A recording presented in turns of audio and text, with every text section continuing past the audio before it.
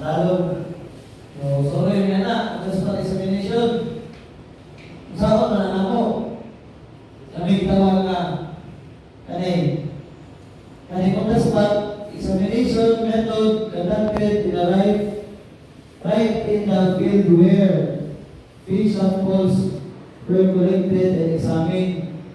Kung asa na mga kita ang lugar, ato may mag-examine, dili buhang isda ang nandun sa opisina. Dili na magbuhatong garon ang tagiya sa isda, makita na diha yun, diha. Ano yung buhaton, ilinya naman na.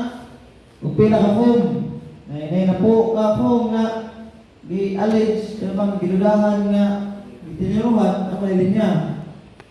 Kasuhay naman ko nila ni Sona. Suway nila ni, ang mga ilinya.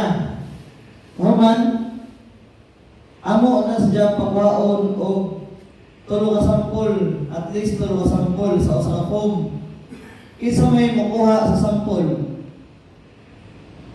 Ang kita pa na kanamitan o ang kagiya.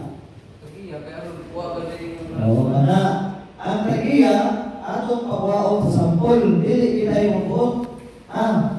Kita yung magbuot, asa lapit sila makuha. Usa sa babaw, usa sa tuga, o usa sa ilaw. Ato na siya pagwaon. Gilit niya. Nato niya tulo, isda. Sa foam number 1, very pikas. Fish examiner himself collect sa sample examine. Pero wala na naman ikuha kay aron ang tigiya sa isda. Kaya mo niya, hindi mo sabi din.